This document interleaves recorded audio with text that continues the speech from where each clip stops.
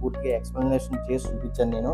Next వచ్చేసి water అనేది పంపు ద్వారాగా మనకి ఇక్కడ 1.5 kg 2 kg ప్రెజర్ తోటి మనం పంపించేటప్పటికి ఆ ప్రెజర్తో ఈ 2 ఫిల్టర్స్ నుంచి దాటిన తర్వాత అవుట్లెట్ నుంచి ఇది మనకి ఇక్కడికి వాటర్ ప్రెజర్ వచ్చిందా లేదా అనేది ఇది కమ్యూనికేట్ చేస్తుంది అన్నమాట. ఈ ప్రెజర్ స్విచ్ ఏదైతే ఉన్నదో ఇది కంట్రోలర్కి కమ్యూనికేట్ చేస్తుంది.